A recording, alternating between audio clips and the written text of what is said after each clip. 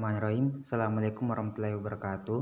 Perkenalkan, nama saya Muhammad Irham, jurusan Agribisnis Fakultas Pertanian Universitas Muslim Indonesia dengan stambu 083 2021 1008. Akan membacakan tugas ekonomi kelembagaan, yaitu meringkas satu pemikiran yang sesuai dengan negara di Indonesia. Untuk itu, saya mengambil ekonomi perintis sosialis karena sistem ekonomi perintis sosialis merupakan salah satu sistem ekonomi yang menjadikan pemerintah sebagai pihak yang berperan aktif dalam mengendalikan dan mengatur semua kegiatan ekonomi. Di dalam sistem ini, pemerintah memiliki kekuasaan penuh dalam merencanakan, mengambil keputusan ekonomi, dan mengatur semua kebijakan yang bertujuan untuk pemerataan kesejahteraan rakyat, serta memberikan kesetaraan dalam menangani semua masyarakat, baik itu miskin maupun kaya.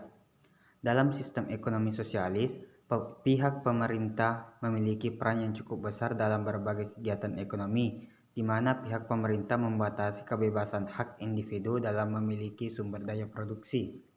Jika pemerintah terlibat dalam setiap kegiatan ekonomi, maka akan lebih mudah dalam mengawasi dan juga mengatur jalannya sistem ekonomi yang ada. Selain itu, pemerintah juga bisa menghindarkan segala bentuk persaingan yang tidak sehat dan berdampak pada kesenjangan sosial.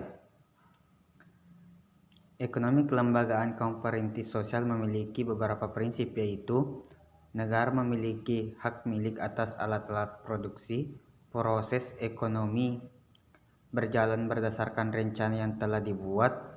Perencanaan ekonomi merupakan rencana yang harus dilalui dalam proses ekonomi. Negara mengambil peran sentral dalam mengatur kegiatan ekonomi. Pemerintah menguasai kepemilikan bersama atas semua faktor produksi. Fokus produksi diarahkan untuk memenuhi kebutuhan masyarakat secara kolektif. Kegiatan ekonomi diatur melalui perencanaan, bukan melalui kekuatan pasar. Produksi diarahkan untuk memenuhi kebutuhan, bukan untuk mengumpulkan keuntungan. Beberapa kelebihan dari sistem ekonomi sosialis adalah tidak ada kesenjangan ekonomi antar si kaya dan si miskin. Pemerintah lebih mudah mengatur barang dan jasa yang akan diproduksi sesuai dengan kebutuhan masyarakat. Negara berkewajiban menyediakan segala kebutuhan pokok masyarakatnya. Pemerintah berkewajiban memberikan pekerjaan kepada setiap individu secara adil. Terhapusnya praktik monopoli yang ada di pasar. Dan terakhir, inflasi lebih mudah ditangani karena dikendalikan langsung oleh pemerintah. Demikian pembacaan tugas saya, dan saya akhiri dengan ucapan wassalamualaikum warahmatullahi wabarakatuh.